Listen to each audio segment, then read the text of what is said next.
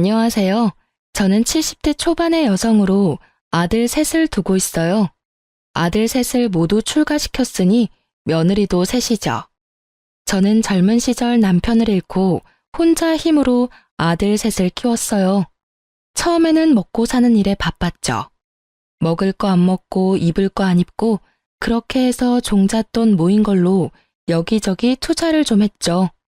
제가 물건을 잘 판단해서 그런지 운이 좋았는지 투자하는 데마다 일이 잘 풀렸어요. 그러다 보니 지금은 꽤 많은 부동산과 현금을 가지고 있죠. 같은 환경에서 키웠지만 아들들은 지금 형편이 모두 다르답니다. 우선 첫째네는 아들이 아주 큰 회사는 아니지만 박봉은 아니어서 형편이 그럭저럭한 상태였어요. 그리고 둘째네 형편이 셋 중에 가장 어렵다고 할 수 있겠네요. 둘째는 중소기업에 다니고 있었는데 월급이 정말 쥐꼬리예요. 그나마 불행인지 다행인지 아이가 없어서 두 내외가 빠듯하게 먹고 사는 형편이었어요. 셋째네, 우리 아들 셋 중에서 가장 부유하게 사는 아들이에요. 아들 며느리가 같이 큰 고깃집을 하는데 꽤 큰 돈을 만지는 것 같더군요. 사람마다 성격이 다른 것은 당연하겠지만 우리 며느리들 정말 다 개성이 뚜렷한 아이들이었어요. 우선 맏며느리는 제가 보기엔 정말 맏며느리다웠답니다. 가장 경우에 밝았고 아래 동서들을 나름대로 컨트롤하려고 노력했죠. 둘째 며느리는 뭐랄까 참 착한 아이예요. 무슨 일에든 불만을 표현하거나 자기를 내세우지 않는 아이였죠. 그리고 셋째 며느리, 욕심이 있어야 돈도 많이 버나 봐요. 아주 욕심이 많은 아이랍니다. 참, 우리 집안에 대해서 먼저 말씀드리자면 대대로 왜 이렇게 아들만 많은지 알다가도 모를 일이었어요. 저도 아들만 셋을 두었고 죽은 남편도 5 형제 중 둘째였거든요. 다른 친척들네 집도 마찬가지였어요. 이렇게 남자만 가득한 집안인지라 손주를 볼 시기만 되면 다들 딸이기를 바랬죠. 남들은 아들을 낳지 못해 야단이라는데 우리 집안에서는 딸 하나가 아쉬웠답니다. 우리 큰며느리도 아들만 둘을 두었죠. 저도 손주 둘 중에 하나만이라도 손녀였으면 얼마나 좋았을까 싶었답니다. 사정이 이렇다 보니 며느리들이 참 딸 같고 예쁘기도 해서 저는 며느리들에게 그렇게 엄격한 시어머니는 아니었어요. 그저 모든 것을 며느리들이 알아서 하게 두었고 슬쩍슬쩍 하는 짓들을 보고 있는 정도였죠. 며느리들은 모두 혼자 사는 저에게 마음을 많이 써주더라고요. 그런데 그 중에서도 유난히 신경 써주는 아이는 바로 셋째였어요. 셋째는 집에 제사나 명절 등 행사가 있을 때 와서는 다른 두 며느리처럼 열심히 일에 매달리는 것이 아니라 저한테 매달리다시피 하면서 입안에 혀처럼 구는 것이었죠. 어머니, 이거 옆에 두고 하루에 하나씩 꼭 드세요. 이거 친정에서 보내주신 건데요. 어머니 연세 되시는 분들한테 아주 좋은 거래요. 여기서는 못 구하고 미국에서나 구할 수 있는 좋은 영양제예요. 셋째 며느리의 친정은 미국 일찍이 이민을 가서 장사를 시작했고 지금은 부유하게 사는 편이었죠. 그렇게 달라붙는 아이를 단호하게 내치기도 못하니 좋은 말로 타일렀죠. 아니다. 지금 네 동서들은 지금 나가서 일하느라고 정신이 없지 않니? 너도 나가서 동서들 좀 도와라. 조상들에게 차례를 지내는 것은 후손들의 정성이 깃들어야 하는 거야. 너도 분명히 우리 식구니 나가서 정성을 좀 보태거라. 그런데 셋째 며느리는 일손을 보태는 대신 행사가 있을 때마다 두툼한 돈봉투를 가지고 왔어요. 사돈댁에서도 부담스러울 정도로 저를 위한 선물을 많이 보내왔답니다. 며느리들의 성격이 저마다 다른 것처럼 아들들의 성격도 참 많이 달랐어요. 그 중에서 가장 부부싸움을 많이 하는 집은 첫째네였어요.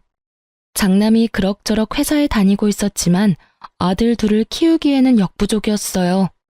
생활비와 아이들 교육비에 돈이 부족했는지 서로 싸우기도 엄청 싸우더라고요. 돈이라도 넉넉했으면 부부 사이가 더 좋았을까 싶지만 어쩔 수 없이 큰며느리가 아름아름 부업을 찾아 하기도 하더라고요. 그러면서도 이 아이들은 저에게 경제적으로 기대거나 도움을 바라지는 않았어요. 마음에도 없는 효도를 하면서 제 재산을 미리 나눠달라는 얘기도 일절하지 않았답니다. 딱한 사정을 알게 되고는 제가 몇 번이나 도와주려고 했는데 첫째라 책임감이 남다른 우리 장남이 지금은 괜찮다며 나중에 더 힘들 때 도와달라며 좋게 거절하더라고요. 첫째 애들은 많이 다투는 소리가 들리지만 반대로 둘째네는 아직 아이가 없어서 그런지 부부싸움도 한 번 안 하고 둘이 알콩달콩한 결혼 생활을 즐기더라고요. 둘째 며느리는 성격도 착하고 저에게도 참 살갑게 다가와줬죠. 자식이 없으니 둘이 벌어서 생활하기에는 부족함이 없는 형편이었죠. 그런데 문제는 막내 며느리였죠. 아주 욕심쟁이 샘쟁이였어요. 뭐든지 많이 갖고 싶어 했고 남에게 지는 것은 싫어하는 성격이었어요. 가족 행사가 있을 때마다 얌체같이 쏙 빠지면서 돈으로 퉁치려는 셋째를 보고 쟤를 어쩜 좋을까 한숨만 나오더라고요. 동서, 아버님 제삿날에 또 늦게 온다는 거야? 도대체 뭘 믿고 이렇게 집안 행사 때마다 뒤로 빠지는지 모르겠네. 혼자 빠지려고 머리 쓰지 말고 시간 맞춰 어머님 댁으로 와. 알겠지? 아유, 형님. 사업에 할 일이 얼마나 많은데요. 알바생을 쓰고 있는데도 가게가 어쩜 바쁜지 손이 모자라요. 형님 죄송하지만요. 제가 제사에 들어가는 비용은 다 댈게요. 그러니까 저 좀 빼주세요. 네? 그럼 다음에 또 연락드릴게요, 형님. 큰며느리가 며칠 앞으로 다가온 남편의 제사 문제를 의논하러 집에 왔다가 막내 며느리와 하는 통화 소리를 엿듣게 되었죠. 나이도 많은 형님인데 어린 막내가 어쩜 저리 약을 올리는지 참다 못한 큰며느리가 제게 말하더라고요. 어머니, 막내 동서 정말 이제는 못 봐주겠어요. 어머니께서 따끔하게 야단 좀 치셔야 될 것 같아요. 아유, 그래, 알았다. 내가 짬을 봐서 잘 얘기해보마. 남편의 제삿날에도 돈으로 퉁치고 와서 절만 하고 가려는 셋째 며느리가 저도 솔직히 미웠어요. 그래서 제가 직접 막내 며느리에게 전화를 걸었지만 다급한 목소리로 너무 바빠서 전화 통화가 힘들다며 얼른 끊더군요. 형님, 여기 있던 김치통들 못 보셨어요? 분명히 여기 놔뒀는데 감쪽같이 없어졌어요. 아니, 김치통에 발이 달린 것도 아니고 이게 도대체 어떻게 된 거야? 그러고 나서 둘째 며느리가 근처에서 돈봉투 하나를 발견했다죠. 짧은 쪽지와 함께 놓여있는 돈봉투였어요. 꽤 많은 액수의 돈이 들어있었고 이 돈으로 사람을 사서 김장을 다시 하라는 셋째 며느리의 또 다른 얌체짓이었죠. 작년에도 똑같은 일이 있었죠. 막내 며느리가 우리 집 김장김치가 식당에서도 인기가 많아서 김치 맛에 손님을 끄는 것도 있다며 홀라당 전부 가져가 버린 것이었죠. 작년에 이어 이런 일이 또 벌어지자 며느리들도 저도 화가 많이 났어요. 드디어 큰 며느리가 당장 시댁에 안 오면 가게로 찾아가서 큰 소리 낼지도 모른다고 말하며 막내를 집으로 불러들이는데 성공했어요. 그리고 막내를 야단치더군요. 이봐, 동서. 집안에서 벌어지는 행사는 돈으로 하는 게 아니라 사람이 하는 거야. 동서는 왜 사사건건 돈이면 뭐든지 다 된다고 생각하는 거지? 김장 담그느라 우리가 얼마나 고생했는데 그걸 홀라당 가져가 버리고. 돈봉투 말도 안 하고 숨겨놓으면 우리가 좋아할 줄 알았어? 남들이 정성 들여 담근 걸 동서가 무슨 권리로 가져가? 입이 있으면 말이라도 해봐. 막내면 더 사근사근 애살 있게 도와줘도 모자랄 판에 형님들이 고생하고 있는 거 뻔히 보이면서 입 꾹 닫고 모른 척 한다는 게 말이 돼? 아유, 형님. 화난 이유는 알겠는데 사람 사서 김장해봤는데 여기 이 집에서 담근 맛이 안 나잖아요. 식당에 김치 때문에 오는 손님들도 많거든요. 그러니까 제 사정 좀 봐주세요. 네? 옆에서 듣던 저도 기가 다 막히더라고요. 정말 그냥 넘어가기가 힘들었어요. 예, 셋째야. 김장 같이 담그는 거 한 해 두 해 된 일도 아니고 그 김치 맛을 원하면 네가 직접 와서 배울 생각을 해야지. 우리가 식구들은 많지만 다 모일 시간이 그렇게 많지 않잖니. 다 같이 모여서 사는 얘기도 하고 천천히 김치도 담그자는 얘기다. 그런데 막내만 보란 듯이 툭 빠지면 시작하기도 전에 사기가 떨어지지 않니? 네 형님 말 잘 새겨 듣고 다음부턴 김장도 직접 와서 배우고 가거라. 알겠니? 셋째는 이런 제 말에도 비용은 얼마든지 넉넉하게 될 테니 식당에서 쓸 김치까지 우리더러 담가달라는 것이었죠. 그러고는 한다는 이야기가 사람을 움직이는 것은 결국 돈이라나요? 제가 세상 일이 그렇게 돈으로만 굴러가지 않는다고 그 생각을 버리지 않으면 언젠가 발등을 찌를 수 있다고 타일렀어요. 둘째도 셋째를 야단치면서 앞으로 이런 짓을 또 한다면 동서들 사이에서 따돌림을 당할 것이라고 경고했죠. 그랬더니 셋째가 코웃음을 치더군요. 그런데 이런 며느리들끼리의 다툼이 아들들에게도 말거리가 되었나 봐요. 우리 집 사람하고 근재수 씨는 제사다 차례다 해서 그때마다 며칠씩 고생을 하는데 왜 막내 재수 씨는 그때마다 안 보이니? 똑같은 며느리인데 왜 두 사람은 죽어라 고생하고 한 사람은 보이지도 않느냔 말이다. 오죽하면 이런 말이 내 귀에까지 들어오더라. 돈 봉투 놓고 사라지거나 엄마 옆에나 딱 붙어서 아부하는 거 이제 하지 말라고. 네가 재수 씨한테 잘 말해. 그러게 말이다. 너희 지난번 설에도 집에 돈만 보내고 둘이 스키장 간 거 내가 다 안다. 우리가 비록 너처럼 많이 벌지는 못해도 집안 행사 때 쓸 돈은 낼 수 있어. 그 돈 없어서 집안 행사 못 치르지 않는다. 돈만 보내는 게 얼마나 예의 없는 짓인데 재수 씨 때문에 우리 기분이 어떻겠냐? 우리도 빠지고 싶고 놀고 싶지만 집안 행사니까 참고 하는 거야. 막내야, 어린 건 알겠지만 너도 한 집안의 가장이니까 네가 먼저 솔선수범하고 책임감 있게 행동해야 돼. 그래야 재수 씨도 보고 배우지. 아니, 제 와이프가 뭘 그리 잘못했다고 다들 왕따를 시켜요? 그렇게 그런 게 억울하면 형들도 돈 버세요. 돈 벌어서 힘들지 않게 살면 되는 거죠. 그냥 일 안 하는 것도 아니고 충분히 행사 비용 될 만한 돈은 내놓고 빠지는 거잖아요. 저희도 억울한 부분이 분명 있다고요. 각자의 사정이 있는 거잖아요. 고깃집으로 장사 잘 되는 게 얼마나 힘든 건지 아세요, 다들? 하루라도 장사 안 하면 주변 상권에 밀리기 일쑤라고요. 물 들어올 때 노져야 되는데 지금이 물 들어올 때라 절대 빠질 수 없어요. 저흰 형님들과는 다르게 하루하루가 바쁘다고요. 위에 아들 둘도 셋째 아들의 이런 말에 어이가 없는 모양이더군요.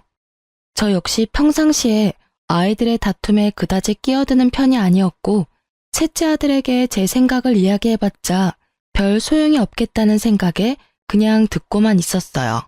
그리고 답답해서 잠시 현관문 밖으로 나갔다가 앞집 손녀딸을 보게 되었죠. 명절날이나 다른 행사 때 우리 집은 그야말로 난장판이었어요. 어릴 땐 뛰어다니느라 아랫집에서 시끄럽다고 찾아온 적도 여러 번이었고 이젠 머리가 좀 컸다고 다들 의견 하나 굽히지 못하고 싸우는 모습을 보니 가슴이 답답하더라고요. 이런 형편에 얌전하고 고분고분 인사하는 앞집 손녀딸을 보니 진심으로 앞집이 부럽더군요. 제가 다시 집 안으로 들어와서 아들 셋의 약간 싸늘해진 분위기를 돌릴 겸 해서 지나가는 말로 한마디 했죠. 아이고, 그나저나 앞집 손녀딸을 보니 인형 같더라. 우리 집엔 어떻게 이렇게 시커먼 사내들만 있는지 모르겠다. 손녀딸 하나만 볼 수 있다면 더 이상 바랄 게 없을 텐데. 아휴. 갑자기 조용해지더라고요. 제가 가볍게 내뱉은 말이었지만 아들들에겐 가벼운 말이 아니었나 봐요. 며느리들이 모두 젊기에 아직 얼마든지 더 손주를 볼 수 있는 상황이었거든요. 제 가벼운 말을 가지고 아들 셋이 각자 안 사람들에게 무슨 소리를 했는지 돈 버는 재미에 아이 낳는 것도 미루고 있던 셋째가 드디어 아이를 가지려고 노력한다는 소식이 들렸어요. 일단 반가웠어요. 둘 다 젊으니 피임을 그만두고 나서 바로 아이가 생겼다더군요. 그런데 이상하게도 아들 둘을 낳고 한동안 아이가 없었던 첫째네까지 생뚱맞게 아이를 가졌다는 이야기가 들렸어요. 갑자기 손주복이 터지는구나 싶었지만 둘 다 아들일 것 같아서 마음이 불안하긴 했답니다. 그리고 이 와중에 혼자만 아이를 갖지 못한 둘째네가 마음에 걸렸죠. 둘째야, 아직 젊으니까 마음 조급하게 먹지 말아라. 갑자기 웬 손주들이 한꺼번에 둘이 생기려는지 모르겠구나. 네가 신경이 쓰일 것 같아 하는 말이야. 아니에요, 어머니. 그건 사람 힘으로 되는 일이 아니잖아요. 다 하늘이 점지해야 되는 일이죠. 저 아무렇지도 않아요. 걱정해 주셔서 감사해요. 그렇게 첫째와 셋째가 동시에 임신하자 둘째가 신경 쓰이면서도 기쁜 것은 어쩔 수 없었죠. 특히 돈 버는 일에만 신경을 쓰면서 아이 낳는 일을 피하고 있었던 막내네가 아이를 가졌다는 것이 정말 의외였어요. 식당이 한참 잘 되고 있었거든요. 막내의 성격으로 보아 쉽사리 그런 결정을 내릴 애가 아닌데 곰곰이 생각을 해보았어요. 첫째네는 이미 아이를 그만 낳을 것이라고 했었고 위에 아이 둘은 이미 초등학교 2, 3학년이었어요. 셋째가 너무 터울이 컸죠. 그런데 갑자기 이렇게 경쟁하듯이 아이가 생기니 어리둥절할 밖에요. 마음에 집히는 것이 있었죠. 제가 얼마 전에 아들들 앞에서 가볍게 내뱉은 말이 머릿속을 지나갔죠. 특히 돈 버는 일에 재미를 붙여서 집안 행사 때도 절만 하고 사라지는 셋째가 갑자기 바깥 일을 줄이면서 아이를 가진 이유가 짐작이 되었어요. 제가 그저 지나가면서 한 말을 손녀딸을 낳아주면 가진 걸 다 주겠다는 말이거나 대부분의 재산을 주겠다는 말로 받아들인 것이 틀림없었죠. 그래도 설명이 안 되는 건 첫째네였어요. 평상시에 크게 욕심을 부리지 않은 아이들이었거든요. 그러나 견물생심이라고 평상시에 욕심을 부리지 않았지만 재산을 준다는 말에 욕심이 동했던 것이 틀림없었어요. 첫째는 특히 큰 며느리 너도 별 수 없구나 싶었답니다. 하지만 속으로만 짐작을 하고 아이들에게 내색을 하지는 않았어요. 재산 때문에 손녀를 낳아 효도를 하려는 자식들이 한심했지만 일단 임신 중인 아이들에게 나쁜 소리를 하고 싶지는 않았죠. 나중에 아이를 낳으면 한마디씩 해줄 생각이었어요. 그리고 저는 제가 살아있는 동안에 제 재산을 미리 증여해줄 생각은 없었답니다. 다 제가 죽고 나면 저희들에게 돌아갈 재산이었어요. 이렇게 제 머릿속이 이런저런 생각으로 복잡할 때 셋째가 이야기를 꺼냈답니다. 어머니, 저 미국에 가서 아이 낳아올게요. 친정이 미국에 계시니 저도 편안하고 어머니도 신경 덜 쓰시게 될 것 같아서요. 그리고 아이한테 미국 시민권 하나 만들어주는 거 큰 돈 들여서라도 해준다잖아요. 셋째 며느리의 말이 나름 일리가 있다고 생각되었어요. 곧 태어날 손주에게 도움이 되는 일이니 가서 낳고 오라고 했죠. 그렇게 며느리가 미국으로 떠났고 간지 10개월 만에 아이를 낳았다는 소식을 전했죠. 그렇게도 기다리고 기다리던 손녀딸이라고 하더라고요. 저는 정말 날아갈 듯이 기뻤답니다. 빨리 데리고 들어오라고 성화를 했죠. 며느리가 드디어 아이를 데리고 들어왔어요. 정말 예쁜 공주님이더군요. 기쁜 마음에 친척집 여기저기에도 전화를 걸어서 자랑을 하기 바빴죠.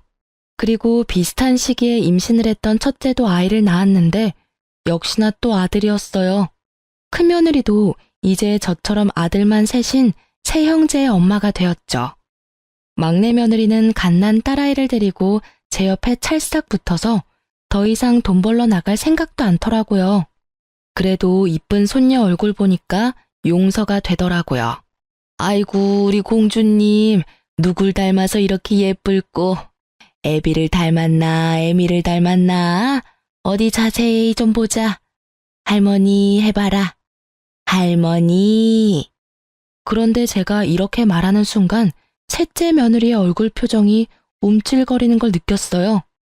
눈은 손녀를 향해 있었지만 곁눈질로 살펴보니 며느리 얼굴이 약간 창백해지더니 살짝 떨리는 손을 얼른 뒤로 감추더군요. 별일 아니라면 별일 아니었겠지만 뭔가 숨기는 걸 들킨 사람의 반응이었답니다. 내내 제 머릿속을 떠나지 않았고 곰곰이 돌이켜봤죠. 예전 막내가 매번 친정에서만 보살핌을 받길래 사돈께 고마워서 몇 번 전화를 했었거든요. 그런데 전화를 할 때마다 며느리는 집에 없다고 하더라고요. 순산을 위해 운동하러 나갔다는 것이었어요. 그리고 제 느낌인지는 모르지만 사돈댁에서는 제 전화를 받는 게 어딘가 불편한 것 같더라고요. 피하는 느낌도 들었지만 그때는 그저 사돈이라는 관계가 어려운 관계니 자주 통화하기 불편해서 그런가 보다 했었죠. 지금 생각하니 사돈의 그 불편하다는 기색도 도가 지나친 것 같았어요. 며칠을 이런저런 생각으로 끙끙 앓고 있다가 가만히만 있어서는 안 되겠다는 생각이 들더군요. 뭔가 이상하다는 생각이 머릿속을 떠나지 않았기에 경찰에 오래 계시다가 퇴임한 제 친정의 사촌 오라버니에게 믿을 만한 곳을 하나 소개받았죠. 우선 며느리의 행적을 캐기로 결정하면서도 제가 며느리의 표정을 잘못 읽은 것이 아닐까, 괜한 일을 하는 것이 아닐까 하는 생각이 저를 착잡하게 만들었어요. 소개받은 곳에서는 우선 아이와 아들의 친자 검사를 의뢰하겠다고 하더군요. TV에서 본 것이지만 요즘은 머리카락, 하다못해 쓰던 칫솔이라도 가져다 주면 친자 관계 검사를 해준다는 것은 들어서 알고 있었어요. 그래서 며느리가 아이를 데리고 왔을 때 아이의 머리카락을 몰래 모아두었죠. 그리고 아들의 머리카락도 어렵게 모았답니다. 그렇게 해서 친자 검사가 진행되었고 결과는 충격적이었어요. 손녀가 우리 아들의 친자 관계가 아니라는 것이었죠. 우선 며느리의 불륜을 의심할 수밖에 없었답니다. 저는 충격에 며칠 동안 식음을 전폐하다가 우선 며느리를 불러 직접 물어봐야겠다고 생각했죠. 아무것도 모르는 막내 내외가 아이를 안고 집으로 들어서더군요. 그런 셋째 앞에 제가 그 검사의 결과지를 내밀었죠. 막내 며느리의 얼굴이 파랗게 질리면서 서 있을 힘도 없는지 그대로 주저앉아 버렸죠. 도대체 왜 이런 일을 저지른 거냐? 막내 너, 솔직히 풀어보거라. 저 아이가 네가 밖에서 딴짓을 해서 낳은 아이가 맞느냔 말이야. 아들, 너 왜 놀라지 않는 거니? 설마 너도 알고 있는 사실이니? 빨리 말해보거라. 우리 핏줄도 아닌 아이를 왜 네가 키워주려 했냐는 말이다.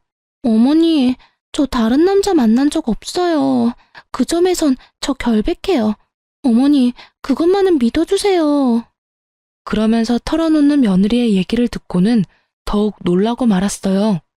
이 일을 계획하고 실천에 옮기도록 한 것이 다른 사람이 아닌 아들이라는 것이었죠. 사실을 따져 물었어요. 아들이 아무 말 없이 바닥을 보고 있더군요. 그리고 흥신소에서는 또 새로운 소식을 알려왔어요. 며느리가 임신을 하고 출산을 하기까지 미국에 있었다는 것이 거짓이었다죠. 그 기간 동안에 며느리의 출입국 기록이 없다는 것이었어요. 귀신에 홀린 것 같다는 생각이 들더군요. 여기까지 듣자 눈앞이 캄캄해지면서 다리에 힘이 다 풀렸어요. 그러니까 임신하지도 않은 아이를 임신했다고 했고 당연히 국내에서 출산을 할 수가 없으니 원정 출산을 하겠다고 한 거였어요. 막내 며느리가 국내 어딘가에 아주 교묘하게 숨어버리고 10개월이 지나기를 기다리면서 그 사이에 아이의 입양을 추진한 것이었죠. 그러니까 결국 셋째가 손녀딸이라고 데려온 아이는 입양하라는 결론이었어요. 결국 제가 지나가면서 한 말을 가지고 저희들끼리 오해를 해서 빚어진 참담한 효도 경쟁의 결과였죠. 그러고 보니 비슷한 시기에 맏며느리가 위에 두 아이와 터울도 있는데 갑자기 또 아이를 가졌다는 것도 이상했죠. 과연 우연의 일치일까요? 맏며느리를 우선 불러서 물어보았죠. 저희는 이제 아이를 그만 낳으려고 애들 아빠가 단산 수술을 했었어요. 그런데 갑자기 아이가 생겼어요, 어머니. 이상하긴 했지만 이미 생긴 아이를 어떻게 하겠어요? 이 말도 듣기에 따라서는 며느리가 딴짓을 했구나 싶기도 한 말이었어요. 하지만 이 말을 전혀 아무렇지도 않게 하는 큰며느리에게서 한치의 의심도 느낄 수가 없었죠. 그래서 소개받은 사람들에게 큰아들 내외에 대해서도 조사를 부탁했어요.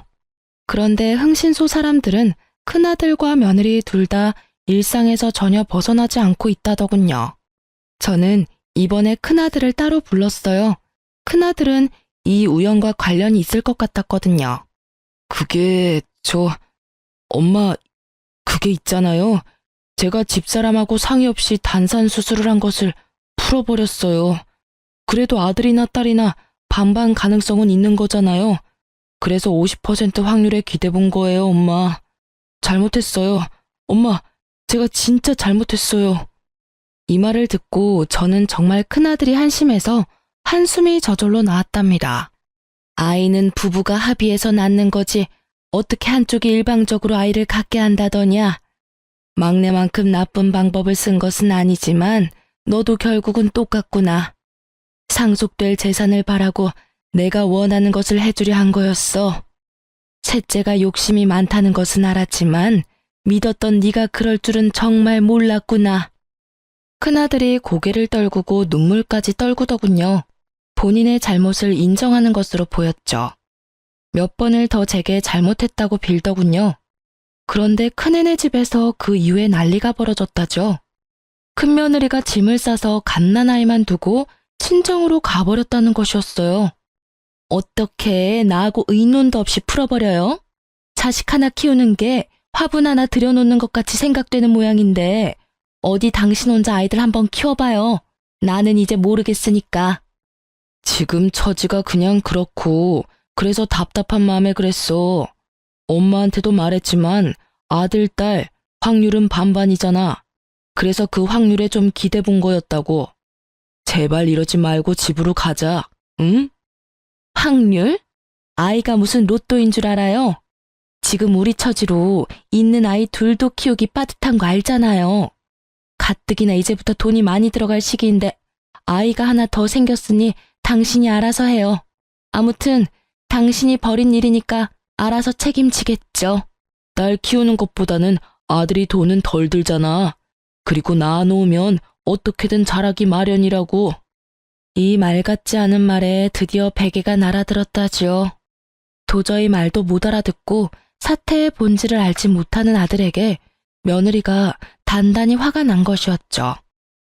아들이 몇 번을 더 가서 싹싹 빌었고 결국 일주일 뒤에 며느리를 데리고 오는데 성공했어요. 아들 복이 터진 집안에 하나 더 생겼다고 크게 다를 것도 없어요. 당신이 쓸데없는 욕심을 부린 데에 너무 화가 나서 이대로 헤어져 버릴까 생각도 했지만 아이들 생각해서 그냥 넘기기로 했어요. 그 대신 회사 끝나면 밤에 나가서 대리운전이라도 뛰어요. 둘도 힘든데 셋을 키우려면 지금 이대로는 절대 안 돼요. 당신이 저지른 일이니 그렇게 해서라도 책임을 져요. 큰아들이 그렇게 하겠다고 넙죽 엎드렸다는 것이었어요. 큰며느리가 오해를 불러일으킬 만한 제 말에 아들이 견물생심의 욕심을 부렸다는 것을 이해했던 모양이더라고요. 이렇게 손주들을 둘러싸고 집안이 온통 북적북적할 때 이 일에 대하여 참견하지 못하고 조용히 있는 사람들이 있었어요. 바로 둘째 아들 내외였죠. 그런데 이 손주 파동이 시작될 무렵에 둘째네가 저한테 와서 한 이야기가 있었어요. 그때 둘째 아들과 며느리가 하는 말에 저는 한 번 더 놀랐고 가엾어서 눈물을 흘렸답니다. 어머니, 제가 아이를 못 갖는데요. 이 사람한테는 문제가 없고요. 그래서 저희가 입양을 하려고 해요. 집안에 하도 아들만 많으니 예쁜 딸을 입양하려고요. 그런 둘째 며느리의 손을 잡고 그저 아무 말도 할 수 없었죠. 제가 손을 가만히 잡아주자 둘째 며느리가 눈물을 보이더군요. 아들이 그런 며느리를 달랬고요. 저는 입양을 하겠다는 둘째네의 입장에 전적으로 찬성했어요. 사태의 내막을 알게 된 저는 막내 아들과 며느리에 대해서 화가 날 대로 났어요. 낳지도 않은 아이를 낳았다고 저를 속이고 사돈집까지 그 일에 모두 가담했다는 데에는 정말 참을 수가 없었죠. 저는 아이들 6을 모두 불러 모았어요. 우선 셋째, 내 말을 잘 들어라. 입양한 아이도 분명히 네 아이다. 입양을 갈 처지가 되었다면 그것은 이미 부모로부터 한번 버림받은 거야. 그 아이를 너희가 데려오지 않았다면 어쩌면 더 좋은 곳으로 가게 됐을지도 모른다. 그 책임은 분명히 너희들이 져라. 그 애를 잘 키우도록 해. 셋째네가 그런데 대답이 없더군요.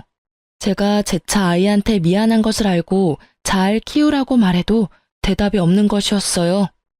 이렇게 해서 셋째네가 가짜 손녀를 만들어 가지고 왔다는 것이 마지네와 둘째네에게까지 알려지게 되었죠. 하지만 막내 아들은 여전히 뉘우칠 줄 모르고 말하더군요. 형들도 솔직히 말해보세요. 엄마가 가진 재산 다 준다고 했잖아요. 그 말에 혹하지 않을 사람이 누가 있어요? 엄마 재산이 한두 푼도 아니고 말이에요. 형들이 정말 나 같은 생각을 전혀 안 했다고 할 수 있어요? 큰아들이 부끄러운지 먼저 고개를 숙이더군요. 그렇지만 동생에게 할 말은 하더라고요. 엄마 말씀을 요즘 와서 곰곰이 생각해 보니 엄마가 손녀를 보게 해주면 모든 재산을 다 준다는 말씀이 아니었어. 나 역시도 그렇게 착각을 했었다. 그런데 내가 그 생각이 잘못됐다는 걸 어떻게 알았는 줄 아니? 우리 엄마라는 분을 알기 때문이야. 결코 재산을 내걸고 효도를 부추기는 분이 아니라는 말이다. 거기까지 생각이 되니까 내가 정말 미련했구나 싶었다. 그런데 아무리 엄마 마음을 헤아리지 못한다 해도 어떻게 낳지도 않은 아이를 낳았다고 해서 데리고 올 생각을 해. 둘째 아들도 셋째 아들에게 한마디 했죠. 너하고 재주씨가 이런 일까지 벌일 줄은 정말 몰랐다. 너희들은 아이를 가지고 싶으면 피임만 끊으면 되는 사람들이잖아. 우리는 손녀가 아니라 아들만 줄줄이 낳는다고 해도 우리 피를 이은 아이를 가질 수가 없어. 처가에서 나한테 미안해 하셨지만 그건 이 사람이나 처가 잘못이 아니잖아. 그래서 정당하게 입양을 결정했던 거야. 너희들이 정말 자식이 갖고 싶어도 못 갖는 그 심정을 알기나 하냐? 둘째 며느리와 큰아들 내외의 눈시울이 붉어지더군요.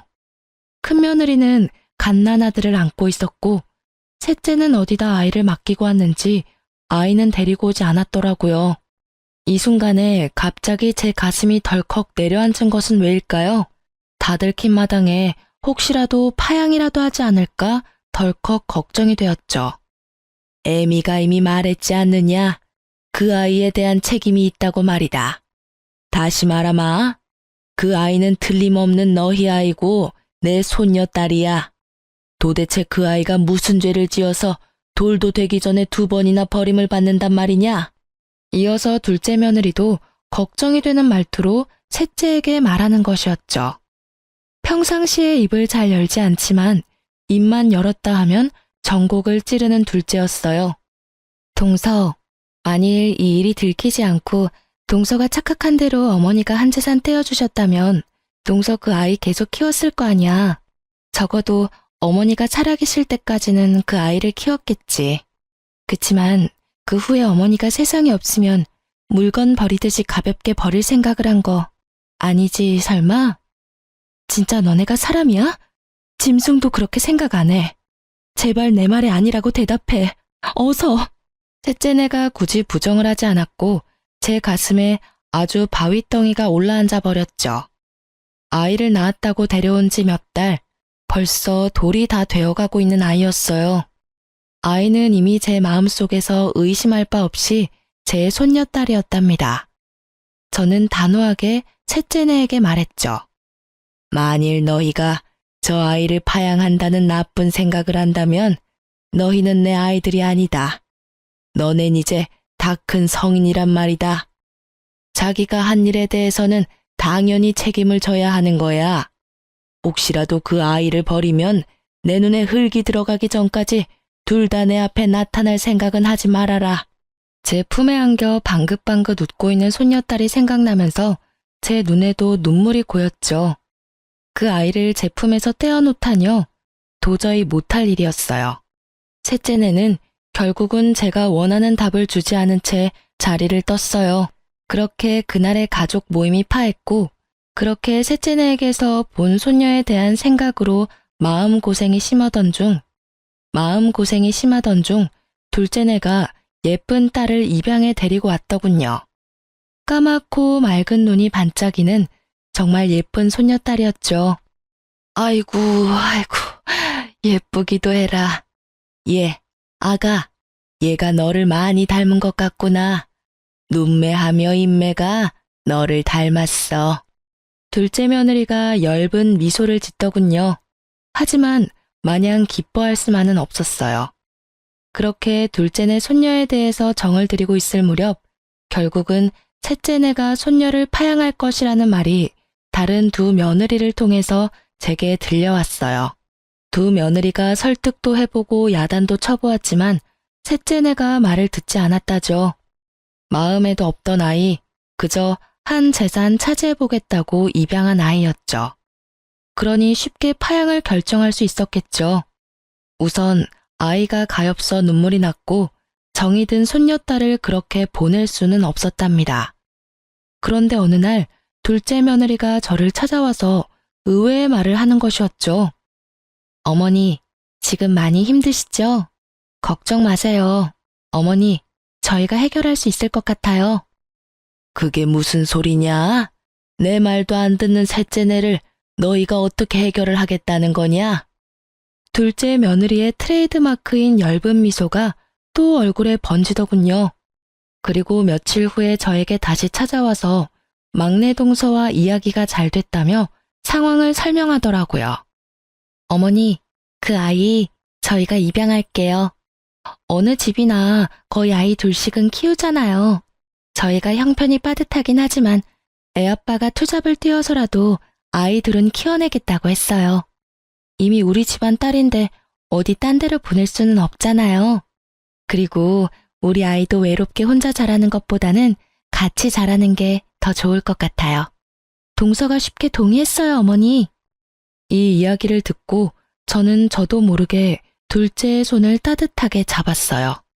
밥이 입에 넘어가지 않았던 저는 정말 둘째의 따뜻한 마음 씀씀이가 기특하기 이를 데 없었답니다. 그러나 저는 둘째가 그 아이를 새로 입양하기보다는 여전히 셋째네가 그 아이를 버리지 않기를 더 바랬어요.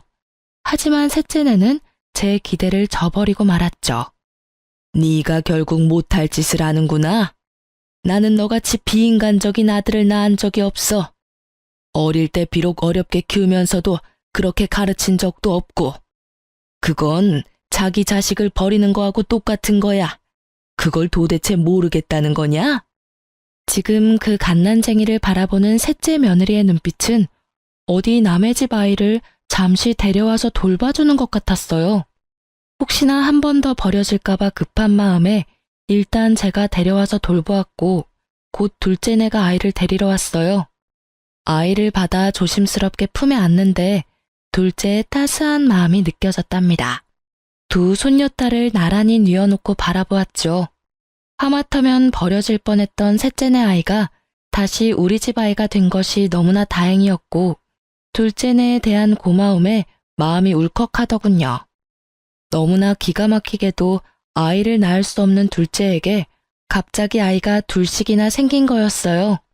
그것도 우리 집안에서 눈 씻고 찾아볼 애도 없는 예쁜 딸이 말이에요. 저는 경고한 대로 정말 셋째네를 집안에 들이지 않았어요. 막내가 철없이 저한테 전화를 해서 따지더군요. 엄마, 아이를 입양했다가 파양하는 것은 부모의 자유잖아요. 그것 때문에 우리한테 문도 열어주시지 않는 건 엄마가 너무 하시는 거예요. 자유? 자유라고? 피치 못할 이유로 파양을 하는 경우도 물론 있을 수 있지. 하지만 너희들은 적어도 입양을 할 때부터 그 이유가 순수하지 않았다. 그저 내가 가진 재산을 물려받을 도구로 그 아이를 선택했던 거 아니냐? 그리고 파양을 하려는 이유도 피치 못한 게 아니야. 이런 것도 너희들은 자유라고 하는 거냐? 그건 자유가 아니라 한 아이의 인생을 마구 쥐고 흔드는 짐승 같은 짓이라고 하는 거야. 결국 서류까지 다 정리가 되어서 아이가 정식으로 둘째네 아이가 되었답니다. 고맙다. 네가 우리 집안의 소원을 풀어주었구나. 정말 미안하고 고맙다, 아가. 제 평생에 아이는 없을 줄 알았는데 하나가 생기니 하나가 또 생기네요. 이 아이 둘은 제 가슴으로 낳은 아이예요. 잘 키울게요, 어머니. 제가 계속 셋째네를 외면하며 안 보려 하니까 셋째 아들이 별 희한한 말을 입에 담더군요. 제가 죽고 나서 두 형에게만 상속이 된다면 소송을 불사할 거라고 말이죠. 저는 이 말에 셋째 아들에 대해서 정말 머리끝까지 화가 치밀었답니다. 세상 일이라는 것이 참 희한하다는 생각이 들더군요. 집안에서 그토록 보고 싶어 하던 손녀딸을 아이를 낳을 수 없는 둘째가 둘이나 안겨준 셈이 되었으니 말이에요. 아이를 낳을 수 없다는 진단을 받았을 때 그 여린 것의 마음이 어땠을지 짐작이 가더군요. 세네에서 늦게 본 아들과 입양한 손녀 둘. 이 아이들이 무럭무럭 자랐어요. 큰아들은 정말 대리운전까지 하면서 셋이나 되어버린 아이들을 키우려 부단히 노력하고 있죠. 그리고 둘째네, 아이 둘을 키울 형편이 아니었어요. 며느리도 직장을 알아보아 취직을 했답니다. 아이 둘은 저와 큰며느리가 돌아가며 봐주었어요. 저는 그런 둘째에게 제가 가지고 있는 현금의 일부를 증여해 주었답니다. 큰아들네에게도 조금씩 도움을 주고 있어요. 둘째네는 자신들의 힘으로 키워보겠다고 했지만 저는 어릴 때 엄마가 같이 있어주는 것이 아이들을 위해서 더 좋을 거라고 판단했어요. 그래서 직장에 나가지 말고 아이들에게만 신경을 쓰라고 굳이 아이들의 양육비로 돈을 주었죠. 그런데 그렇게 잘 나간다던 셋째 아들의 사업이 갑자기 전 세계적으로 유행한 감염성 질병 때문에 된소리를 맞았다는 말이 들리더군요. 우리 셋째네뿐만 아니라 사람들이 모여야 장사가 되는 사업 특성상 자영업자들의 생계가 모두 막막한 지경에 처해버린 거죠. 그것은 미국의 사돈댁까지도 예외가 아니었다고 했어요. 심지어 제가 신경통 때문에 자주 가던 사우나까지 갈 수가 없게 되어버릴 정도였죠. 결국 셋째가 저에게 손을 벌리더군요. 큰 잘못을 저질렀지만 그래도 자식이라고 제 마음이 왜 흔들리지 않았겠어요. 하지만 여러 번 고심한 끝에 저는 셋째의 부탁을 들어주지 않기로 결정했어요. 아직 손녀딸 문제에 대해서 잘못했다는 기색이 없는 아이들이었죠. 그런 아이들에게 자신들의 노력도 없이 뭔가 생기는 것이 그 아이들을 위해서도 좋지 않다는 생각이 들더군요. 막내가 여러 번 도움을 청했지만 저는 식당 문을 닫고 나중에 포장마차부터 다시 시작하는 것까지 각오하라고 했어요. 그렇게 스스로의 힘으로 다시 일으켜보라고 했죠. 세월은 무심하게 흘러서 새로 태어난 새 손주가 무럭무럭 자랐고 어느덧 초등학교에 입학할 나이가 되었어요. 저도 이제는 팔순을 바라보는 노인네가 되었죠. 자식을 포기한다는 일, 참 어려운 일이더군요. 셋째네를 그렇게 내치고 저는 참 많이 울었어요. 여전히 제 재산에 대해서 소송이니 뭐니 하는 말을 입에 담고 있지만 그래도 저는 그 아이들이 우선 잘못을 뉘우치고 사업을 자신들의 힘으로 다시 일으키기를 바라고 있어요. 지금까지 제 아들 일이라 정말 창피하지만 가짜 손녀를 만들어서 원정 출산으로 꾸민 철없는 셋째 아들네 이야기를 들려드렸어요. 그리고 정말 기가 막히게도 이 이야기는 또한 아이를 낳을 수 없는 며느리가 손녀를 둘이나 안겨준 제게는 참 뭉클한 사연이랍니다. 여러분도 오늘 하루 따뜻한 하루 되시길 바랍니다. 긴 글 읽어주셔서 감사합니다.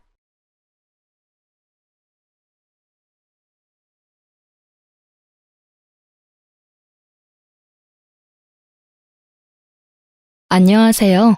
얼마 전 결혼이라는 무덤에서 기어나온 40대 초반의 여자예요. 혹시 여러분들은 결혼할 때 꺼리는 남자 타입 같은 거 있으신가요? 한 사람만 고른다면 저는 폭력적인 남성이었어요. 저는 순하게 생긴 외모와는 다르게 기가 좀 센 편이거든요. 둘이서 서로 치고받고 할지도 모르는 그런 타입이라 남자 사귈 때 꼭 술을 먹여서 확인했어요. 술 먹으면 보통 그런 숨겨진 성향이 나오는 법이니까요. 그런 제가 이혼 후에는 완전 달라졌어요. 마마보이, 그런 남자만 아니면 된다고 생각하고 있거든요. 여러분의 짐작대로 저와 이혼한 전 남편이 마마보이였어요. 처음에는 그런 느낌 따위는 전혀 없었죠. 솔직히 기가 좀 약한 편이긴 해도 뭐든 엄마에게 물어봐야 한다 그런 것도 없었거든요. 저는 제 성격을 감싸주고 이해해줄 수 있는 부드러운 남자를 원했고 전 남편이 그런 면에서는 저와 잘 맞았기에 결혼을 할 수 있었던 것 같아요. 저와 남편은 조금 특이하게 제 고객의 권유로 만나게 됐어요. 당시 저는 금융회사에서 일하고 있었고 고객은 저와 잘 어울릴 것 같다는 남자를 한다며 소개시켜줬죠. 그렇게 만난 게 남편이었어요. 나보다 5살이나 어린 남자여서 처음에는 깜짝 놀랐어요. 제 나이가 그리 젊은 나이가 아니어서 항상 속에는 40대의 남자들만 들어오곤 했거든요. 그러다 만난 젊은 남자를 보니 참 풋풋하고 좋더라고요. 예, 이때 제가 정신줄을 잘 잡고 있었다면 이런 사달은 일어나지 않았을지도 모르죠. 하지만 앞으로 이런 좋은 사람은 만나지 못할지도 모른다는 생각이 저를 그런 선택으로 이끌고 말았어요. 그래도 1년 동안 제 나름대로의 검증을 끝내고서야 남편과 결혼을 결심했어요. 그리고 시모와 처음으로 만나는 날 뭔가 쎄한 기분을 느꼈어요. 시모는 당시 혼자 일도 안 하고 살고 있었는데 집안이 무척 여유로운 느낌이더라고요. 일도 안 하는데 이만큼 여유로울 정도면 돌아가신 아버님이 유산을 많이 남겨주었겠다는 생각이 들었죠. 쎄한 기분은 시모 자체에서 나는 거였어요. 마치 저를 품평하는 듯한 눈빛에 사람을 아래로 보는 그런 시선까지 딱 제가 싫어하는 것들만 모아놓은 사람이 시모였어요. 솔직히 이렇게 유약한 남편에게 이런 시모가 있을 거라곤 상상도 못했었거든요. 시모는 저를 보더니 흡족한 듯 빨리 상견례 날을 잡으라고 하더군요. 어차피 결혼할 생각을 하고 있었기에 날짜를 잡기로 했죠. 그리고 상견례 날 시모는 저희 부모님과는 만나서는 집은 걱정하지 말아라, 자기가 집을 해주겠다 하셨어요. 그리고 무슨 일 생기면 도움도 많이 주겠다고 호언장담했죠. 당시에 저는 대학 졸업 후부터 혼자 살며 전세를 마련해 두었거든요. 방 한 칸부터 시작해서 지금은 방 3칸에 30평대쯤 되는 전셋집을 가지고 있었죠. 시모가 집을 해준다니 저는 전셋집을 팔아서 혼수를 하고 나머지 돈은 비상금으로 가지고 있으려고 했거든요. 그런데 결혼식이 다 되어가도록 시모는 집에 대해서는 아무 말도 않더라고요. 나중에 시모에게 직접적으로 물었더니 아들이 모아놓은 돈이 없으니 일단은 제가 살고 있는 전셋집에서 살고 있으라고 하더라고요. 그러고는 결혼 후까지 입을 싹 닫아버리더라고요. 그렇게 시모에게 사기 아닌 사기를 당하며 저의 결혼 생활은 시작됐어요. 결혼을 하면 우선 경제권을 어떻게 할지 결정하잖아요. 솔직히 저는 혼자 사는 것에 더 익숙해져 있어서 같이 살기 전까지 거기에 대해 생각해 본 적은 없었어요. 그리고 솔직히 제가 돈을 더 잘 벌기도 하니 경제권은 반만 합치는 게 더 좋다는 생각도 했거든요. 그래서 처음에는 생활비를 각자 차출하고 집 살 돈은 각자 지정된 금액을 정해서 마련하자고 합의를 봤어요. 그런데 결혼 후 6개월쯤부터 남편이 생활비 60만 원을 주지 않더라고요. 여보, 이번 달 생활비 안 들어왔어. 넣어줘야 할 것 같은데? 미안해, 잠깐만 기다려봐. 그러고 남편은 시모에게 전화를 하더라고요. 엄마, 60만 원만 붙여줘. 생활비 쓰려면 필요해서. 용돈은 이번 달에 다른 거 샀는데? 오, 그럼 어떡하지? 남편이 저를 힐끗힐끗 쳐다보며 말을 하더군요. 시모에게 하는 말 내용에서 저는 걸리는 느낌이 있었어요.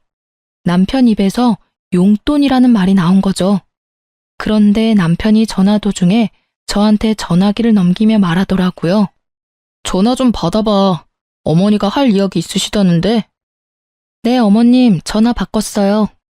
그래, 며느라가. 다른 게 아니라 우리 아들 월급은 내가 잘 관리하고 있거든. 그러니까 며느리 월급도 내가 관리해 줄게. 요즘 애들 돈 알기를 함부로 알잖니.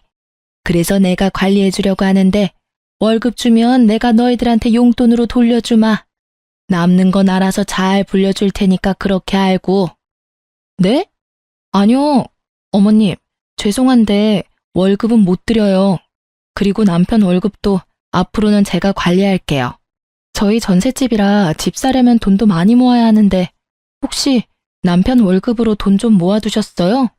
모아두셨으면 남편에게 주세요. 그거 미천으로 좀 더 모아서 집 사면 될 것 같아요. 모아둔 게 어딨니? 내가 먹여주고 재워주고 키워줬으니 그만큼 걷어가는 건 당연한 거고. 게다가 나는 일도 안 하고 혼자 사는데 당연히 걔가 나 먹여 살려야 하는 거 아니니? 어머니, 당연한 말씀이세요. 대신 제가 용돈을 넉넉히 챙겨드릴게요. 그거면 충분히 매달 생활하는데 불편함은 없으실 거예요. 나더러 용돈을 타서 쓰라고? 난 그렇게 못해. 어떻게 나더러 용돈이나 타서 쓰라고 하니? 굴러들어온 돌이 박힌 돌 뺀다더니 얌전하게 생겨가지고 너 생각하는 게 야가 빠졌구나. 벌써부터 며느리가 시어머니 곳간 열쇠 뺏으려고 하면 안 되지. 어머님, 곳간 열쇠를 뺏으려고 한다뇨. 전혀 그런 생각 없어요. 다만 어머니께서 남편 월급으로 관리하셨는데도 남편은 여전히 빈털털이잖아요. 제가 이제는 와이프고 저희 둘이 부부니까 제가 하겠다는 거예요. 어머님이 생각하시는 그런 거 아니에요. 아니긴 어디서 요망한 게 집안에 들어와서. 시모는 그렇게 이야기하더니 전화기를 뚝 끊어버리더라고요. 저는 남편에게 말했어요. 당신 잘 생각해. 어머님이 월급 관리하시는 동안 목돈이 하나도 없다는 건 이해 안 되는 일이야. 이런 식이면 당신이랑 나 절대로 우리 명의의 집은 못 가져. 그러니까 당장 다음 달 월급부터는 절대로 어머님한테 드리지 마. 내가 알아서 목돈 만들어 줄게. 어떻게 그런 식으로 말을 해? 엄마한테. 그럼 이렇게 생각해. 당신이 어머님한테 용돈으로 두둑히 드린다고 당신 월급에서 100만 원 어머님한테 드리고 지금처럼 60만 원은 자기가 용돈으로 쓰고 나머지는 다 적금 넣자. 그래야 우리 집 살 수 있어. 응? 대신 생활비는 내 월급으로 할게. 어때? 제 말에 남편이 흔들리더라고요. 결국 제가 남편 월급을 관리하게 됐어요. 그리고 그 이후 시모가 전화와서는 쌍욕을 날리시더라고요. 네가 감히 나한테 이런 짓 하고도 무사할 줄 아니? 어디서 남의 돈을 뺏어가? 꼴랑 100만 원 주고 생색 내겠다 이거지? 생색이 아니에요. 그 정도 받으시면 생활은 가능하시잖아요. 큰 돈 드는 건 저희한테 말씀하시면 최대한 도와드릴게요. 그러니까 더 이상 남편한테 압박 넣지 마세요. 시모는 분하다며 말을 잇지 못하다가 전화를 끊어버리더라고요. 저랑 할 이야기 없다 이거죠. 대신에 남편에게 계속 전화해서 하소연을 하더라고요. 어떻게 네가 이럴 수 있냐? 엄마를 뭐라고 생각하는 거냐? 그런 여우 같은 며느리한테 속아 넘어가지 마라 등등. 제가 들은 것만도 엄청났죠. 그런데 그런 건 이해했어요. 어머니가 아들한테 하는 말이니까. 그런데 제가 참지 못할 일이 벌어졌어요. 그때는 남편 사촌의 결혼식이 있던 날이었어요. 좋은 날이었고 남편이 청첩장을 받아왔길래 시모도 갈 거라고 예상하고 시모가 내야 할 축의금까지 챙겨서 결혼식장으로 향했어요. 예식 전에 조금 일찍 도착한 저와 남편은 시모의 뒷모습을 보고 시모에게 걸어가고 있는 중이었어요. 그런데 가까이 가자 시모 목소리가 또렷하게 들리더라고요. 아유, 정말 미치겠어. 어디서 여우 같은 게 기어들어와서는 우리 아들을 완전히 망쳐놨지 뭐야. 게다가 집안도 꼴이 말이 아니야.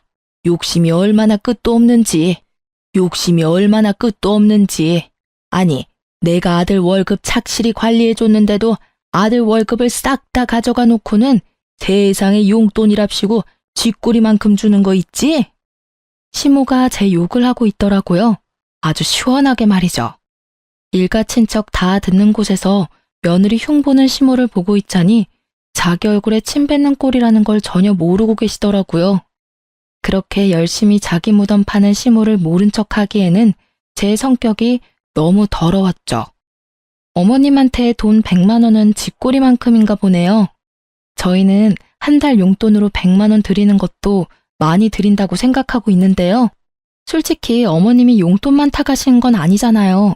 가전 고장나면 부르고 집안의 경조사태도 돈 내달라고 그러시고 하다못해 공과금도 저희가 내드리잖아요. 뭐가 그렇게 못마땅하셔서 친척분들 다 계신 데서 이렇게 며느리 못난 점만 지적하고 계신지 저는 잘 모르겠네요. 네가 여긴 무슨 일이냐? 저희도 초대받아서 왔어요.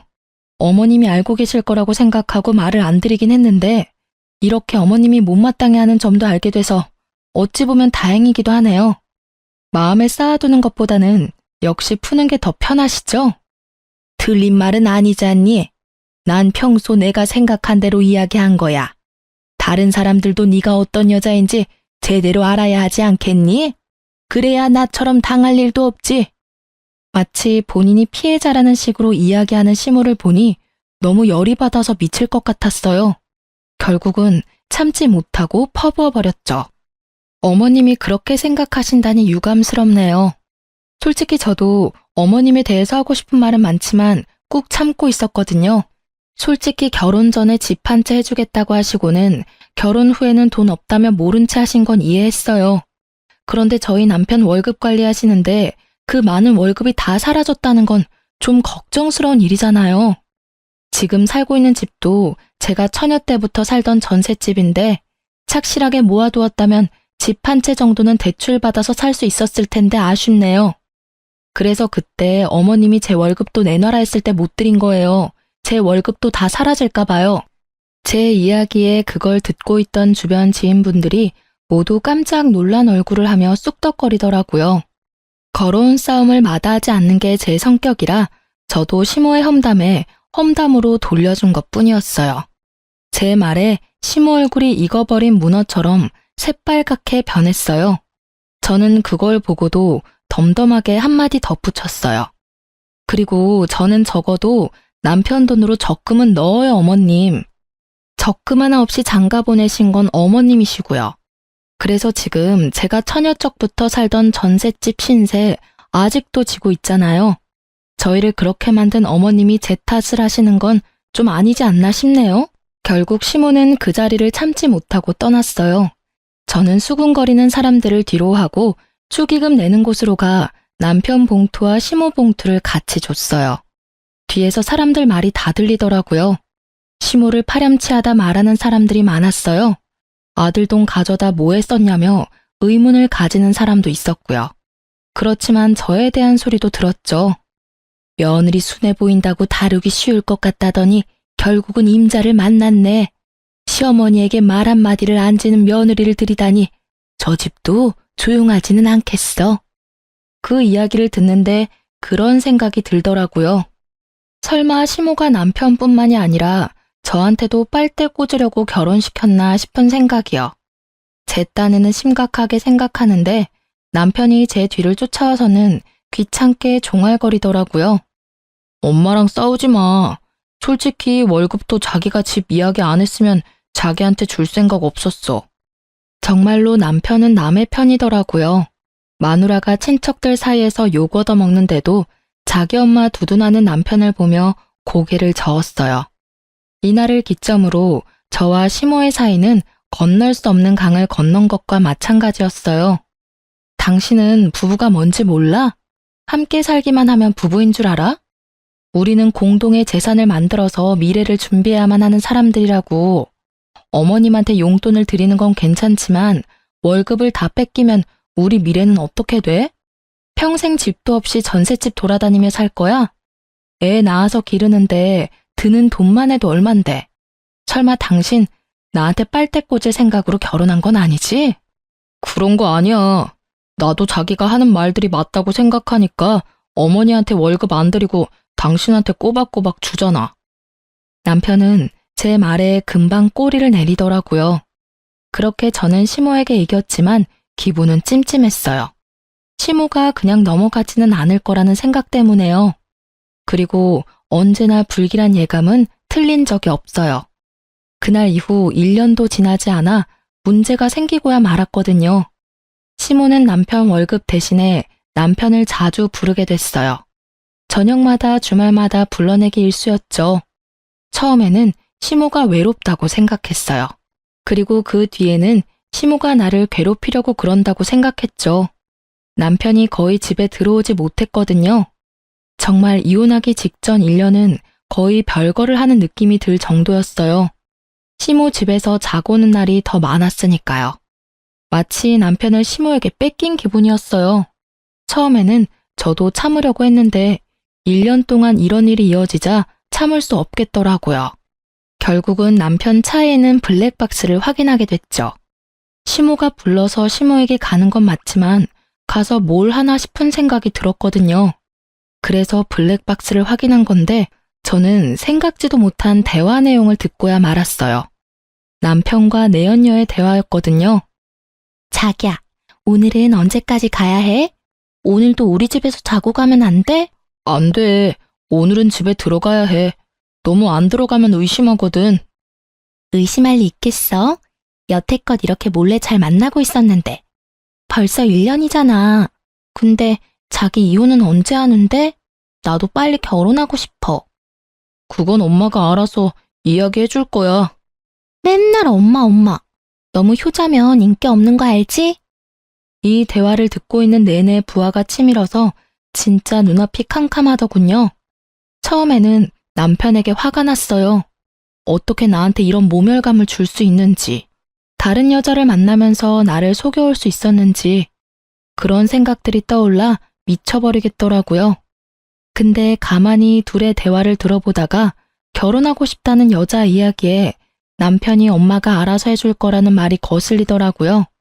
혹시 시모가 이 모든 걸 알고 있는 건 아닐까 하는 생각이 머리를 스쳤죠. 냉정하게 생각해보면 남편처럼 마마보이에 우유부단한 사람이 먼저 나서서 불륜을 저지를 일은 없을 거잖아요. 엄마 말이라면 찍소리도 못하는 이 남자를 움직일 수 있는 건 오직 시모뿐이라는 생각도 들었고요. 저는 남편이 오랜만에 집으로 돌아온 날 남편을 불러 세웠어요. 당신 나한테 할 말 없어? 무슨 할 말? 없어. 나 피곤해. 먼저 씻고 잘게. 피곤하겠지. 1년을 다른 여자랑 두 집 살림하면서 얼마나 피곤하겠어. 안 그래? 제 말에 뒤돌아서 욕실로 가려던 남편이 뚝 멈춰서더군요. 여태껏 재미 좋았나 봐. 그치? 시댁 간다고 해놓고 열심히 다른 여자 만나니까 어땠어? 막 짜릿하고 기분 좋고 그래? 그걸 당신이 어떻게 알았어? 이제 이야기할 마음이 들었나 보네. 내가 어디서 어떻게 알았든 지금 중요한 건 그게 아니지. 네가 불륜을 저질렀다는 게 중요한 거잖아. 너 진짜 날 뭐라고 생각하는 거야? 1년 동안 별거 하듯 지낸 것도 다 그 여자 때문이지? 그 여자 누구야? 어떻게 만난 사이인데? 뭐라고 말이라도 좀 해. 답답해서 돌아버리겠으니까. 난 할 말 없어. 그냥 당신이 보고 들은 그대로야.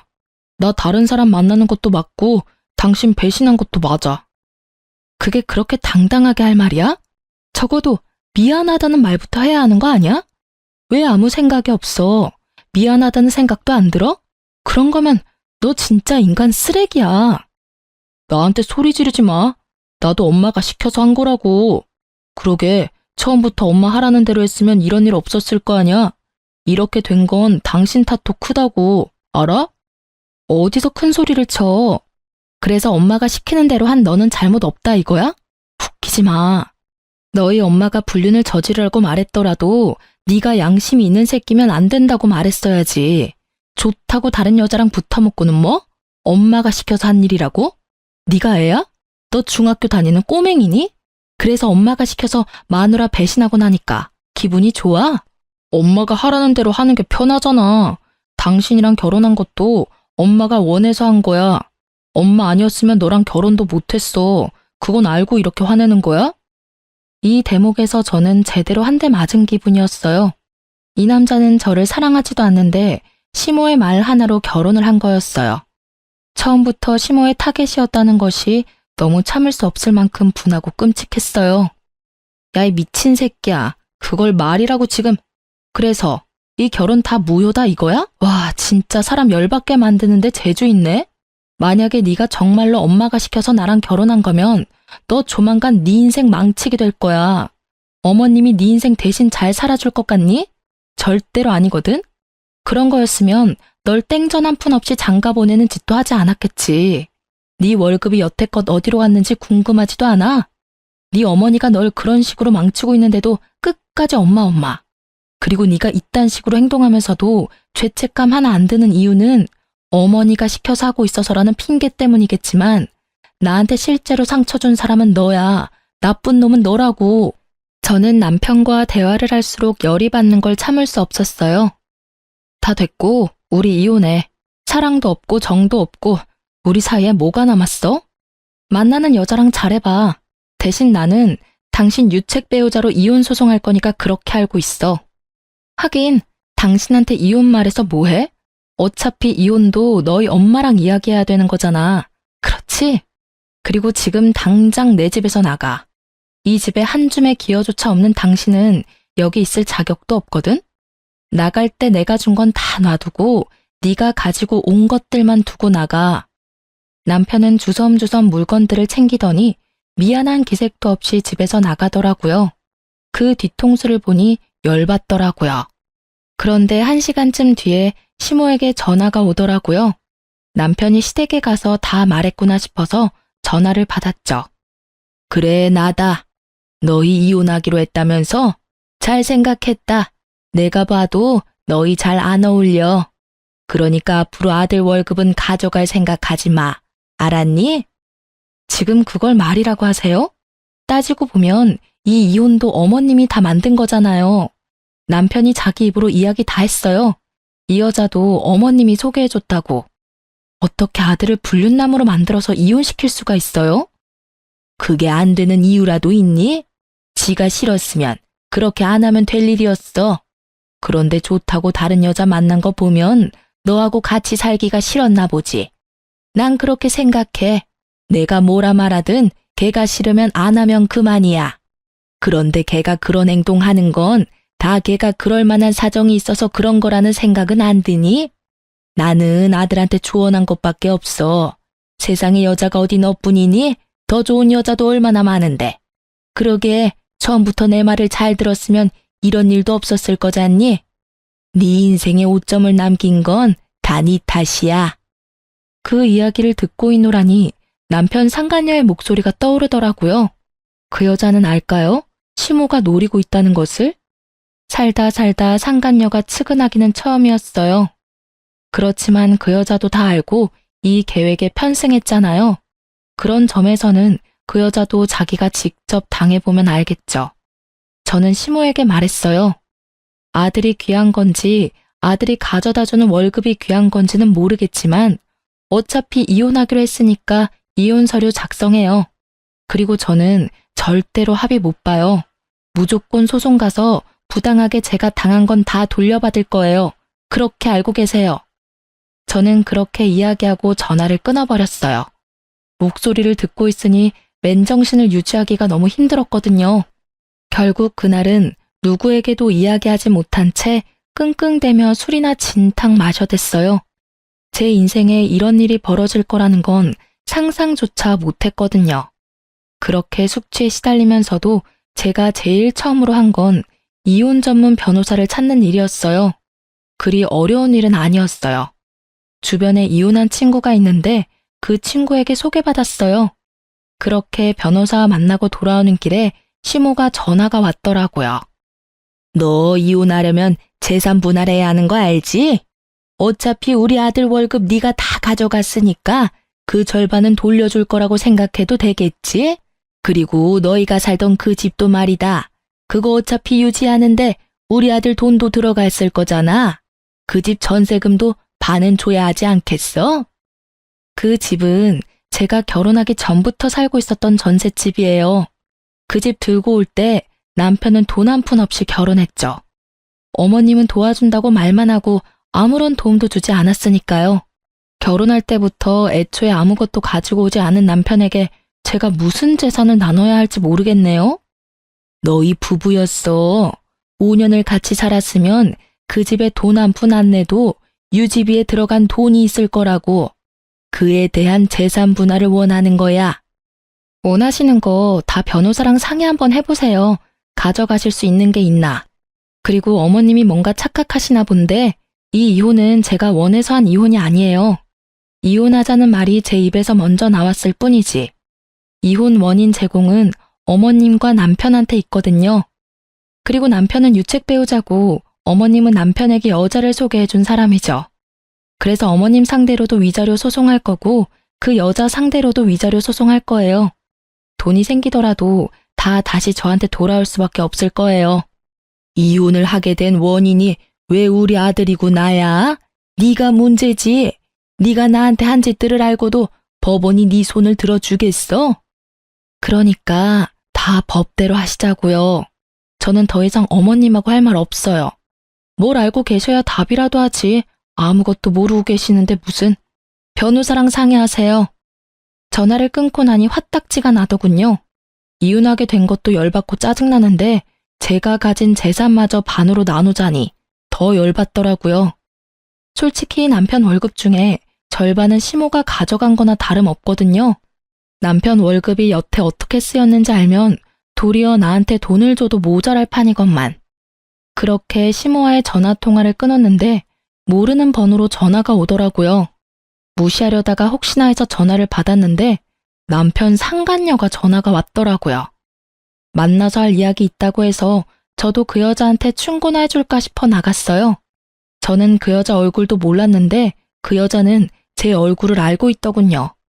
그런데 그 여자를 보는 순간 아 하는 소리가 절로 나왔어요. 얼굴이 무척 순하게 생겼더군요. 남 싫어하는 소리는 못할 것처럼 순둥순둥하게 생긴 얼굴이 시모가 딱 좋아할 것처럼 보였죠. 이 여자가 새로운 시모의 호구구나 싶었거든요.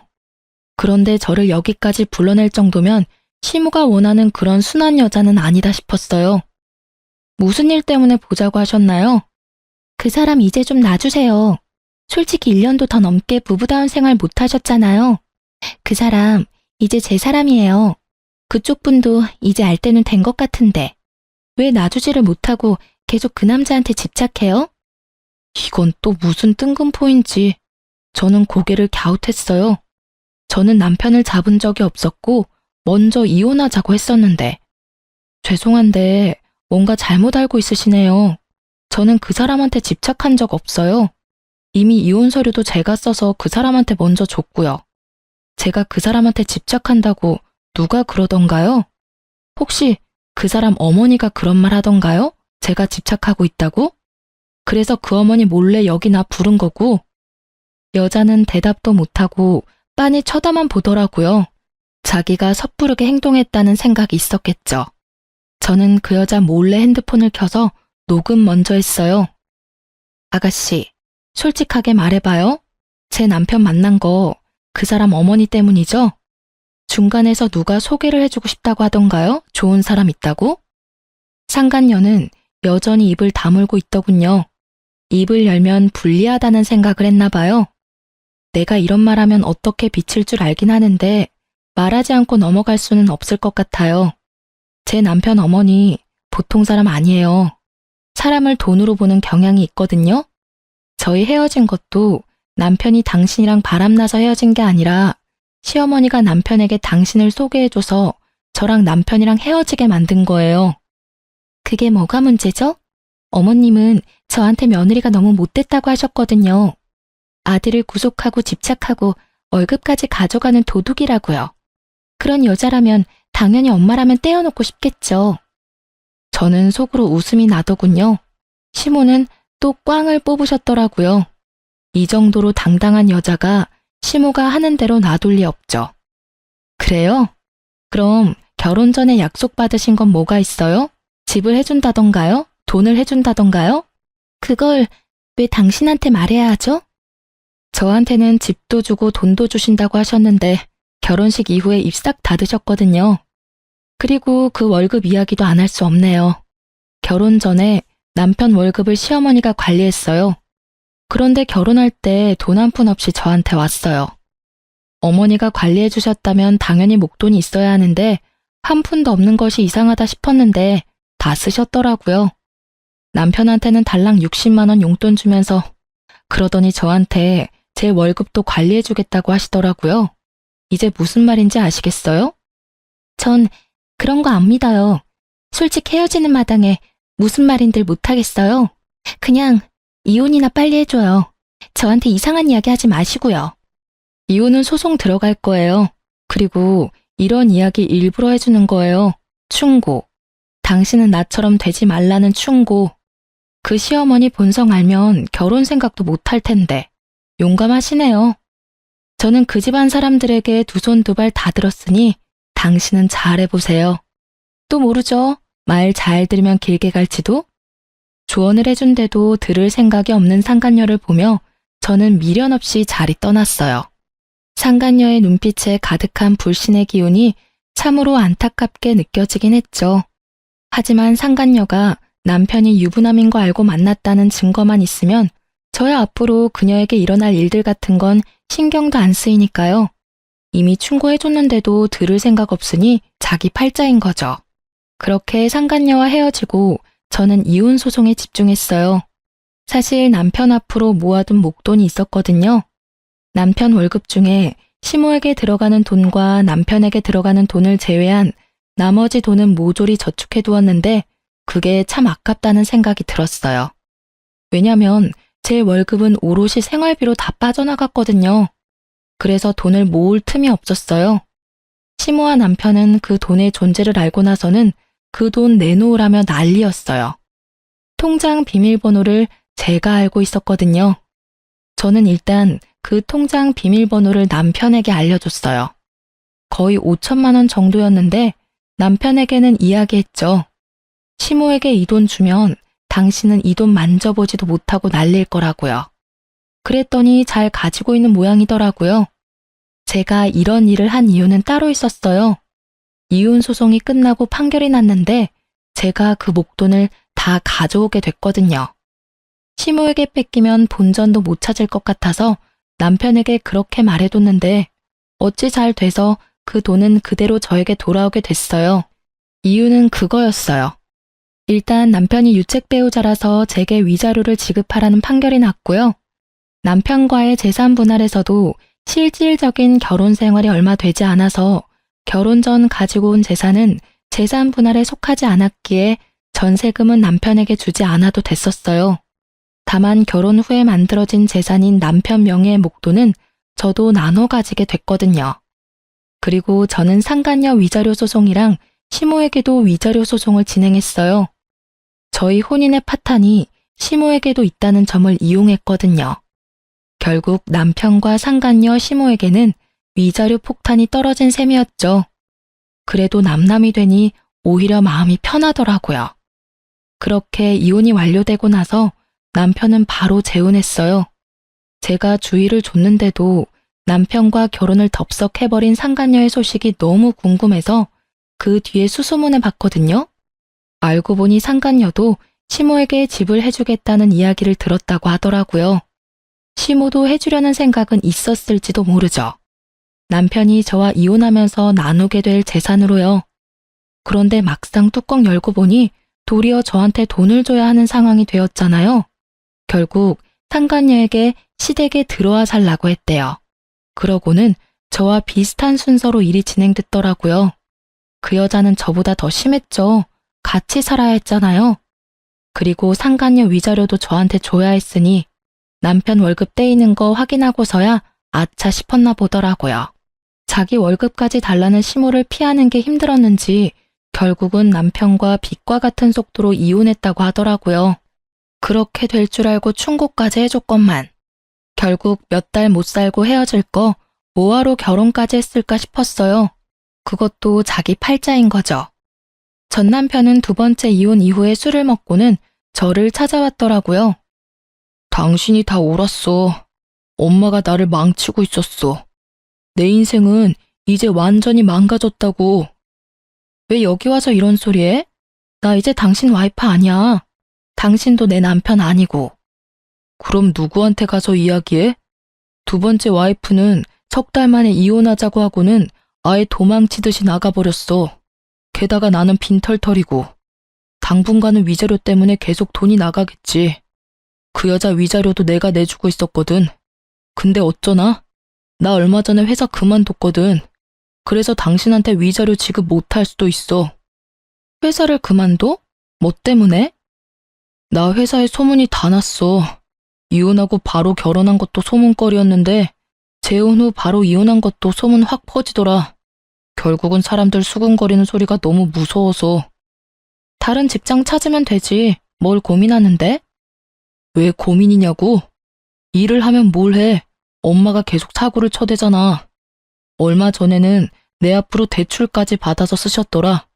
뭐 하느라 그만큼 대출 받았냐고 물었더니 옷 사고 가방 사고 액세서리 사고 품위 유지하려면 돈이 많이 든대. 나는 빚 때문에 허덕이는데. 그래서 내가 월급 맡기지 말라고 했잖아. 그러니까 당신 말이 하나부터 열까지 다 옳았더라고. 난 여태까지 엄마가 해주면 다 편하다고 생각했거든. 그런데 이렇게 계속 실패를 하다 보니 그게 편한 게 아니라 도피였다는 생각이 들더라고. 나한테 진정으로 옳은 이야기 해준 사람은 당신뿐이었거든. 그래서 말인데 우리 다시 시작해보지 않을래? 나 당신이 원하면 엄마랑도 인연 끊을 수 있어. 그건 절대로 안 돼. 아니 못해. 나는 다시 그런 일 겪고 싶은 마음 없어. 그리고 이렇게 내가 당신이랑 이야기하고 있다고 내가 당신을 용서했다고 착각하지 마. 나는 죽을 때까지 내 인생에 오점 남긴 당신 용서 못해. 냉정한 제 말에 전 남편도 흠칫하더라고요. 어디서 다시 잘해보자는 소리를 할 수 있는지. 지가 한 짓은 생각도 안 하고 엄마 탓만 하는 그런 면은 여전하더라고요. 그렇게 전 남편을 보내고 그야말로 평온한 시간을 보냈어요. 솔직히 완전 평온하지는 않았죠. 이혼하신 분들은 아시겠지만 수많은 사람의 관심 대상이 되거든요. 그런 관심이 사그라져들 때쯤 전 시모와 우연히 길에서 만난 적이 있어요. 친정이 시댁과 가까웠거든요. 애써 무시하고 지나가려 했더니 저를 붙잡더라고요. 너 우리 아들한테 도대체 무슨 짓 했어? 걔가 그렇게 험한 소리 할 줄 아는 애도 아니었고 무엇보다 나를 탓할 아이는 절대 아니었다고. 그런데 너하고 이야기하고 나서 우리 집에 오더니 내 탓하며 짐 다 싸서 나가버렸어. 지금 몇 달째 연락도 되지 않아. 그걸 저한테 물으시면 어떡해요? 그거야말로 어머님이 잘 알고 계실 텐데요. 사람이 집을 나갈 정도면 당연히 같이 살고 있는 사람이 원인이지 않을까요? 어머님이 뭔가 했으니 그 사람이 도망갔겠죠. 거기에 저를 끼워 넣으시는 건 너무하시네요. 이제 완전 남인데. 네가 아니면 걔가 그렇게 변할 이유가 뭐가 있어? 하여튼 여전히 기분 나쁜 애야. 어떡하다 이런 애하고 엮여서는. 너랑 우리 아들 결혼하고 뭐 하나 잘 되는 게 없어. 너한테 나쁜 물이 들어서 월급도 안 주고 싹 다 가져가 버렸잖아. 그러게 용돈 받으면서 살 때 잘하시지 그러셨어요. 그랬으면 이혼할 일도 없었고 착실히 돈 모아서 호강시켜 드렸을지도 모르는데. 두 번째 며느리는 잘 지내고 있나 모르겠네요. 얼마 전에 이혼했다는 이야기는 들었거든요. 아들이 처복이 없어. 내가 봤을 때는 이 정도로 없으면 혼자 사는 게 맞아. 어떻게 여자 둘 다 못 참고 이혼을 해? 우리 아들이 뭐 빠지는 데라도 있니? 솔직히 그 정도면 어딜 가도 빠짐은 없지. 그렇죠. 솔직히 전 남편만 본다면 빠질 만한 데는 없죠. 그렇지만 결혼은 가족끼리의 결합이잖아요. 집안에 모시기 힘든 가족이 있으면 누구라도 힘들지 않을까요? 제가 봤을 때 제 전 남편은 처복이 없는 게 아니라 다른 복이 없는 것으로 보여요. 그냥 혼자 사는 게 확실히 낫겠죠. 저는 웃으며 전 시모의 말에 비꼬아줬어요. 처복이 없다니 제가 봤을 때는 부모 복이 없는 거죠. 뭐 본인도 마마보이가 되어서 여태껏 편하게 살긴 했겠지만 어쨌든 전 시모는 돈이 떨어져서 그런지 전 남편을 애타게 찾더라고요. 그럴수록 아들이 더 꼭꼭 숨어버린다는 걸 왜 모를까 싶었어요. 그리고 전 남편은 자기 엄마가 시키는 대로 하다가 결국은 와이프를 둘이나 잃고 빚만 남았죠. 저는 분노와 자책, 체념의 쓰리콤보를 겪고 서서히 마음의 평화를 찾고 있어요. 이따금 그때의 기억이 떠오르며 열받을 때도 있지만 그래도 그때와 비교하면 마음고생은 전혀 없으니까요.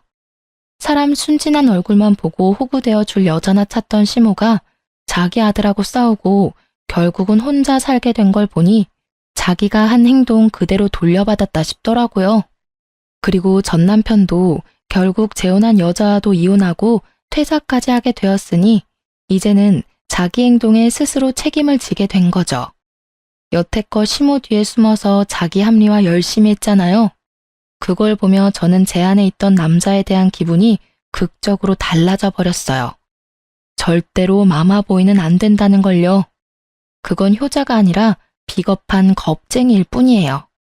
나이 40에 애도 없이 혼자 되어서 주변 사람들에게 위로도 많이 받았지만 쓴소리도 많이 받았어요. 늙어서 혼자 살면 볼품없다, 없어 보인다. 이런 이야기를 듣는 것도 이제는 아무렇지 않을 만큼 단단해졌다고 생각해요. 솔직히 제가 만약 그때 참고 살았더라면 저는 분명히 우울했을 거라고 생각해요. 빨리 빠져나온 걸 다행이라고 생각하고 있거든요. 부모 욕심으로 자식 인생을 마음대로 쥐락펴락하는 시무를 보니 없었던 남자를 기피하게 돼서 재혼은 생각도 못하고 있어요. 글 쓰는 내내 그날의 기억을 떠올리며 다시금 저를 돌아볼 수 있게 되었어요. 가끔 정말 힘든 일이 있을 때는 제 이혼 때를 생각해요. 이때만큼 힘든 일도 없었고 이때만큼 시달릴 일도 없었죠. 결혼은 무덤이라는 말을 스스로 실감하게 될 줄 몰랐는데 그래도 기어나와 보고서야 자유로운 몸이 좋다는 걸 깨달았어요. 앞으로도 제 인생에 알콩달콩한 부부 같은 건 없을지도 몰라요. 그렇지만 다음번에 기회가 혹시라도 온다면 제발 평범한 사람이기만을 바랄 뿐이에요. 지금까지 제 사연 들어주셔서 감사합니다.